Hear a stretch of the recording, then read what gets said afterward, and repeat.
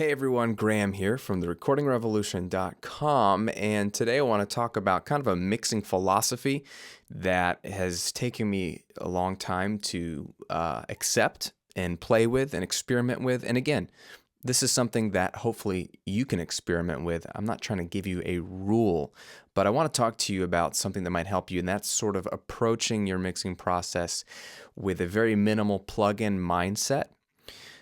For instance, we're very quick to throw up our tracks and assume that they don't sound great and to start throwing plugins around to fix, quote unquote, fix the sound or make it sound professional. And it's a very amateur thing to do. And if you're doing that, I don't mean to discourage you or offend you because I do that all the time, okay?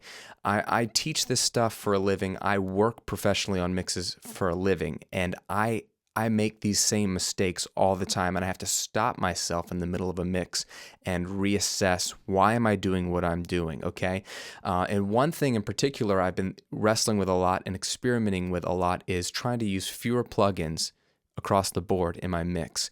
And to do this by thinking more globally and making more sweeping global moves as opposed to a bajillion narrow microscopic moves, okay? And I'm going to show you that really quickly today on some drums. Real quick example that might just give you something to think about as you're working in your studios this week. Here's a track I'm working on, right? And I've got some drums.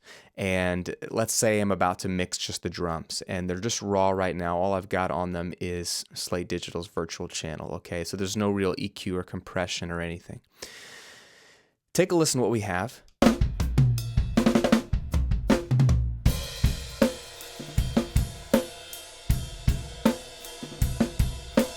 If I'm mixing these drums, my first thought is I want to play with some more bottom on the kick drum. The snare drum, I want it to be a little fatter maybe. I want the cymbals to be a little crisper. I want the drums to be a little crisper.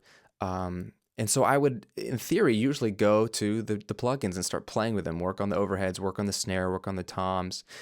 But here's what I'm suggesting. Why don't we think more globally? Let's start with the mix bus. Let's start with what everything eventually dumps through.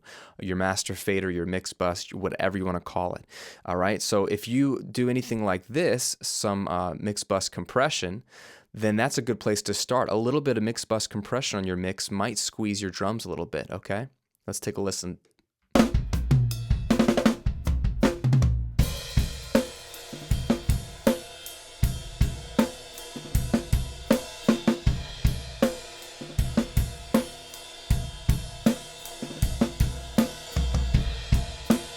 Real subtle, but a little bit of squeezing that's nice. What about some tape saturation? I talk about that a lot. Here's McDSP's Analog Channel 2, the light version. This comes with the Project Studio pack, super cheap, right? Bring in some bottom end with a little bit of harmonics on the low end.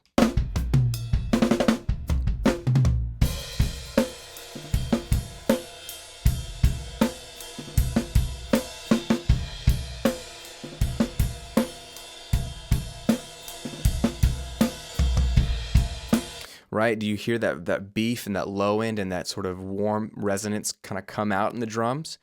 It's just a little bit of processing. There's not really much gain reduction happening with the drums. It's not triggering it too much, but it adds a subtle warmth, right? So far we've just added two little plugins on the mix bus, and the drums have gone from this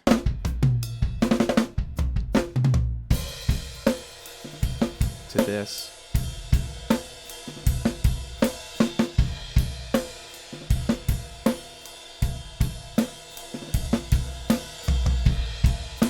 A little fatter, a little warmer. It's addressed some of the kick drum issue for me. I feel like there's more low end on the kick drum, depends on what you're listening to this video on, and a little more fatness and roundness. And then the next obvious place to go if you're talking about drums is create a drum group, right? Take all your drum tracks, dump them through an auxiliary track or a bus or something. I've got one here called drums. It's in yellow. And process that first. Instead of jumping to the individual tracks, treat them as a whole instrument, right? So here's where I would put on like an EQ or a channel strip, right? So that I can just, well, if this is the drum sound, a stereo track, what can I do to the drums as a unit to bring out those elements I want? So let me play with this a little bit. Let's do, I'm just going to press play and I'm going to tweak a little bit here.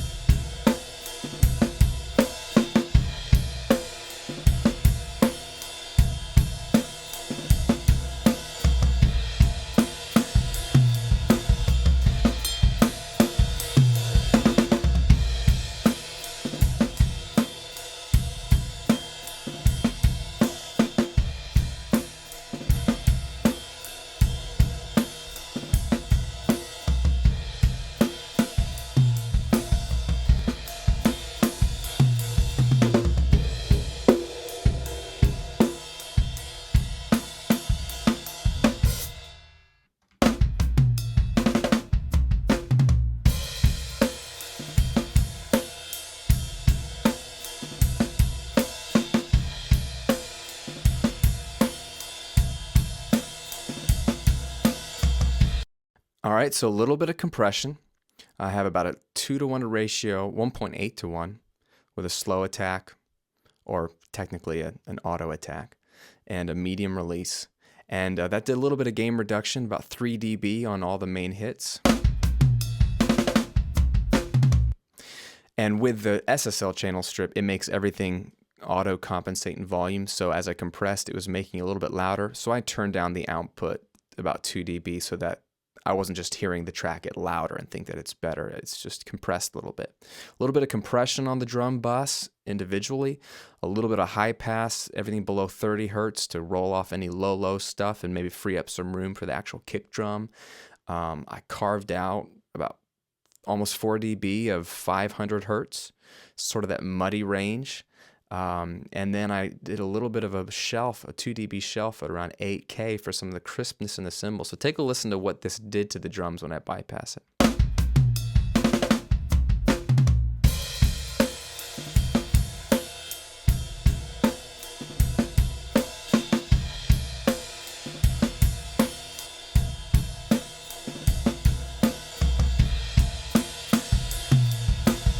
So they go from sort of a muffled sound to a more present, lively, fat, fuller sound. So we've done just 3 little things: a little bit of bus compression on the master fader, a little bit of tape saturation on the master fader that brings out some nice rich harmonics, and then a little bit of EQ and light compression on the drum bus.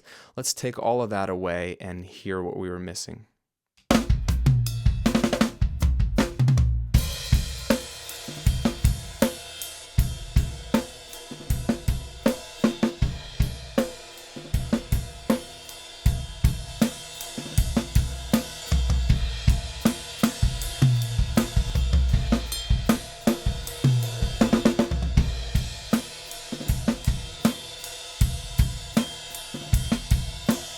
So there you have it. I mean, that sound has come, in my mind, a long way already with no plugins on the actual drum tracks. Okay, just mix bus processing, a little bit of it, and then something on the drum bus itself. Now, I'm not saying that you should stop there and that you should never touch these tracks. In fact, you're going to want to probably, if there's resonance that are driving you nuts, or frequencies that are just overlapping, or if you need to bring out a specific nuance on just the kick or the snare, of course, that's why you can process the individual tracks.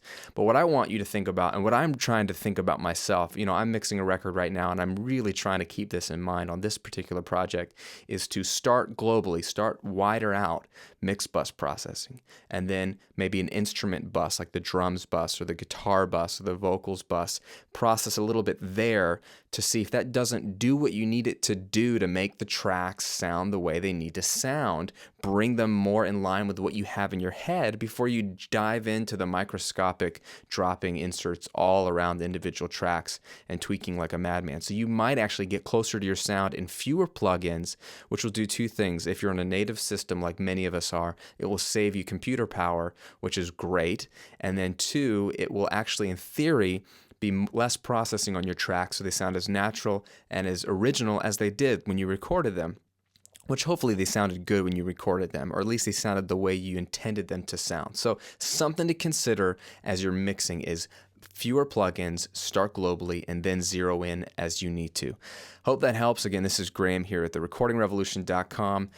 Please subscribe to the channel here on YouTube. If this is something you enjoy, you'll get email updates when the other videos come up, and I promise you I've got some excellent, exciting video news coming for you in the near future. So pay attention, subscribe, you don't want to miss it. And of course, Facebook and Twitter is happening almost every day with updates, new blog entries, product reviews, tips, tricks, and articles that aren't on YouTube. So jump on that as well. Thanks for your time. Hope you guys are having a great week. Make some great music. Talk to you soon.